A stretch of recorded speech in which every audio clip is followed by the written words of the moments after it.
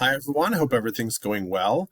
So this week we'll have a couple of discussion activities focusing on writing and communication in a profession that you're interested in. And as you'll recall from reading the instructions for our next project, you'll be researching the writing and communication involved in a specific profession, leading up to writing a short guidebook to educate and prepare others for writing in that profession. So our discussions this week will help give you a start in doing some research. Plus, by reading and responding to your classmates' posts, you can also learn a bit more about the writing and communication in other professions, which can be helpful for you as you are considering your own focus. So on Tuesday, we'll have a discussion activity for which you'll do some preliminary research about the profession that you're interested in and what kinds of writing and communication are involved in that profession. And so for that discussion, you will need to find and cite at least one source. And so you'll need to find that source yourself, of course. And I do have some more detailed instructions on Canvas, so take a look at those. And then, of course, when you're done with your post, make sure you do read your classmates' posts and respond to a couple of them.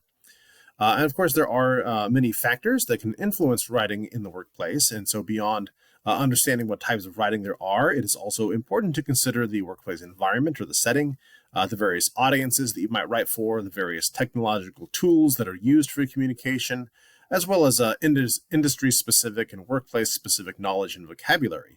And I do have some additional details about all of those in the project instructions as well.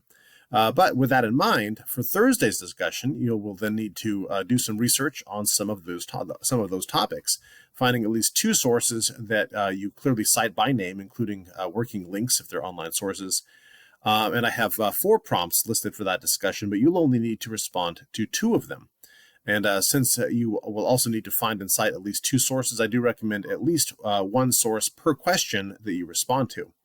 Then, of course, you'll want to read your classmates' posts and respond to a couple of them as well after you submitted your own post. And of course, I know that not everybody loves discussions because we know we have a couple of them this week. And sometimes people can find that to be tedious or burdensome to reply to classmates. But I do think it is very important to learn from one another as well. And so after reading your classmates' ideas, it can help you to learn more about writing and in various professions. And by needing to articulate a specific response to your classmate, you're also engaging with their ideas much more closely than you would if you were just reading without responding. So then by the end of the week, I also do strongly recommend that you get started with doing some additional research about writing and communication in your intended profession. I do have a page on library research and citations that is listed for you to read next week, which has some good resources for you for starting research. And then also next week, we will be having an annotated bibliography due. So it's a good idea to get started early with some additional research so that you're not trying to scramble and get it all done in a day or two. So if you do have any questions as you work on those discussions this week and then begin to do some additional research, make sure you do let me know.